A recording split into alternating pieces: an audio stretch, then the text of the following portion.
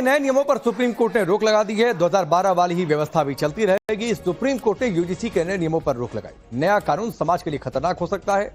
UGC के नए कानून से समाज में भेदभाव बढ़े। यूजीसी का नया रेगुलेशन अस्पष्ट है। आप सोचिए, कोर्ट की टिप्पणी है कि दुरुपयोग हो सकता है।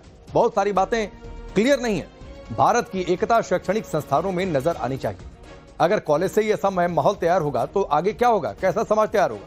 आजादी से अब तक समाज जातियों से मुक्त नहीं हुआ है। इस नए कानून से क्या हम पीछे की ओर जा रहे हैं? उम्मीद है कि हम अमेरिका वाली स्थिति में ना पहुंचे।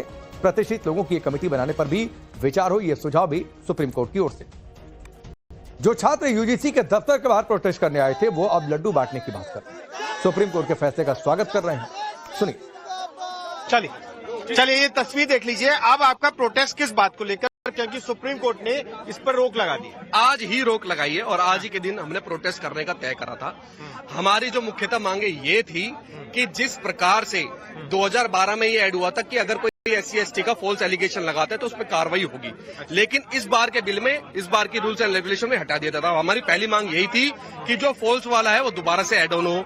और दूसरी चीज, जो कमेटी बनाई जा रही कम्युनिटी हर स्कूल में, हर कॉलेज में, उसमें जनरल कैटेगरी का भी व्यक्ति हो ताकि ये निष्पक्ष कार्य हो सके। हमारी सिर्फ और सिर्फ यही मांग को लेकर हम यहाँ पे आए थे और इसको लेकर हम ज्ञापन भी सौंपेंगे। उसमें तो जनरल के तो रखने की उन्होंने मना भी नहीं किया ना। कमेटी जो 10 लोगों की होगी, अगर उसमें 3 लोग SC/ST OBC वर्ग से हो, ये डाला गया है। ये डाला गया है, लेकिन किया कि नहीं उसमें लिख दीजिए ना फिर प्रॉपर आपके जनरल कैटेगरी की भी। और दूसरी सबसे बड़ी चीज, उन्होंने ये कैसे मान लिया कि डिस्क्रिमिनेट जो होता है, डिस्क्रिमिनेशन जो होता है सिर्फ और सिर्फ SC/ST OBC के साथ होता है, इसीलिए सुप्रीम कोर्ट जनरल कैटेगरी के साथ क्यों नहीं होता? आप JNU में चले जाइए, AMU में चले जाइए, कितने बड़े पैमाने पर ब्राह्मणवाद से आजादी, बनियावाद से आजादी के नारे लगते हैं। तिलक तराजू और तलवार मारो इनको, जूते चार, कितने बड़े पैमाने पर इन पर नारे होते हैं। तो ब्राह्मण समाज के साथ डिस्क्रिमिनेट नहीं होता और किसी बिरादरी के साथ डिस्क्रिमिनेट। सुप्रीम कोर्ट ने यही तो देखा ना कि भाई उसमें बहुत सारी चीजें क्लियर नहीं है और वो कहीं ना कहीं समाज को बांटने का काम करेगी, तो इसलिए उसने रोक लगा। ये पॉलिसी बेसिकली हिंदू स्टूडेंट्स को डिवाइड करने का कार्य है।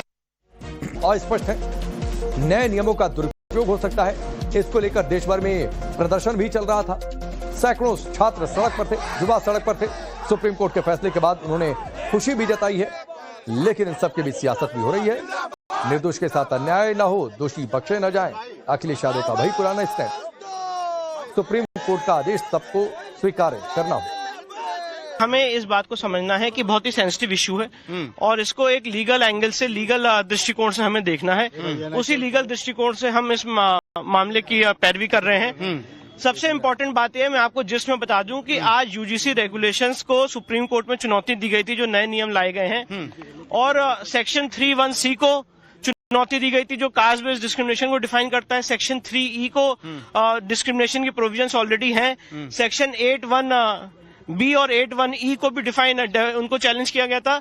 और जब ये सारी बातें सुप्रीम कोर्ट के सामने रखी गई, सारे पक्षों को सुनने के बाद, सॉलिसिटर जनरल ऑफ इंडिया को सुनने के बाद, इंदिरा जयसिंह को सुनने के बाद और हमारे पक्षकारों को सुनने के बाद, माननीय सुप्रीम कोर्ट ने आज यूजीसी रेगुलेशंस जो नए नियम लाए गए हैं उन पे पूर्णतः रोक लगा दी, उनको अभ्यास में रख दिया है।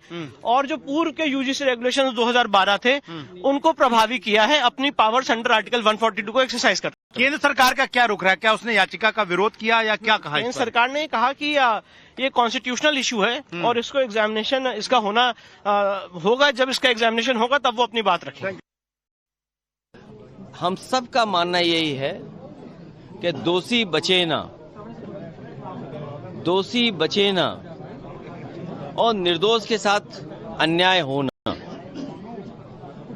दोषी बचे ना, दोषी जो हो वो बचे नहीं और निर्दोष के साथ अन्याय ना हो, ये हम सबका यही मानना है। और इससे पहले भी रेगुलेशन आए थे 2012 में, और 2012 के रेगुलेशंस में कमी क्या रही या उसमें क्या क्या फैसले हुए थे या किस तरह का यूनिवर्सिटी या वहाँ के लोगों ने व्यवहार किया था, टेकअप किया था उनके चीज़ों को। फिर आज 26 में आगे नए रेगुलेशन, तो हमने 2012 के रेगुलेशन से क्या सीखा? और जब हमारा संविधान कहता है कि हम कहीं भेदभाव नहीं कर सकते हैं, तो संविधान और जो हमारे तमाम कानून हैं उसके बाद भी भेदभाव होता, अन्याय होता है समय समय पर। यूजीसी के नए नियमों पर सुप्रीम कोर्ट ने रोक लगा दी है। 2012 वाली ही व्यवस्था भी चलती रहेगी। सुप्रीम कोर्ट ने यूजीसी के नए नियमों पर रोक लगाई। नया कानून समाज के लिए खतरनाक हो सकता है। यूजीसी के नए कानून से समाज में भेदभाव बढ़े।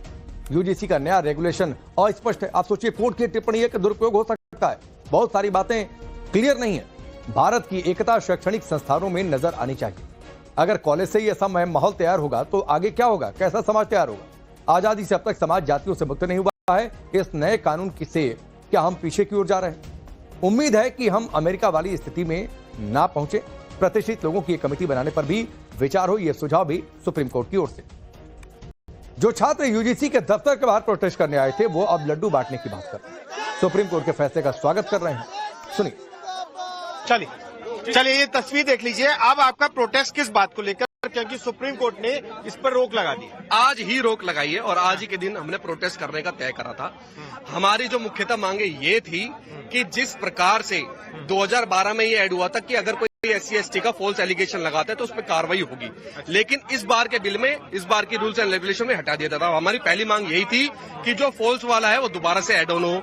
और दूसरी चीज, जो कमेटी बनाई जा रही कम्युनिटी हर स्कूल में, हर कॉलेज में, उसमें जनरल कैटेगरी का भी व्यक्ति हो ताकि ये निष्पक्ष कार्य हो सके। हमारी सिर्फ और सिर्फ यही मांग को लेकर हम यहाँ पे आए थे और इसको लेकर हम ज्ञापन भी सौंपेंगे। उसमें तो जनरल के तो रखने की उन्होंने मना भी नहीं किया ना। कमेटी जो 10 लोगों की होगी, उसमें 3 लोग SC/ST OBC वर्ग से हो, ये डाला गया है। ये डाला गया है, लेकिन किया कि नहीं उसमें लिख दीजिए ना फिर प्रॉपर आपकी जनरल कैटेगरी की भी। और दूसरी सबसे बड़ी चीज, उन्होंने ये कैसे मान लिया कि डिस्क्रिमिनेट जो होता है, डिस्क्रिमिनेशन जो होता है सिर्फ और सिर्फ SC/ST OBC के साथ होता है। इसीलिए सुप्रीम कोर्ट ने जनरल कैटेगरी के साथ क्यों नहीं होता? आप JNU में चले जाइए, AMU में चले जाइए, कितने बड़े पैमाने पर ब्राह्मणवाद से आजादी, बनियावाद से आजादी के नारे लगते हैं। तिलक तराजू और तलवार मारो इनको, जूते चार, कितने बड़े पैमाने पर इन पर नारे होते हैं। तो ब्राह्मण समाज के साथ डिस्क्रिमिनेट नहीं होता और किसी बिरादरी के साथ डिस्क्रिमिनेट। सुप्रीम कोर्ट ने यही तो देखा ना कि भाई उसमें बहुत सारी चीजें क्लियर नहीं है और वो कहीं ना कहीं समाज को बांटने का काम करेगी, तो इसलिए उसने रोक लगा। ये पॉलिसी बेसिकली हिंदू स्टूडेंट्स को डिवाइड करने का कार्य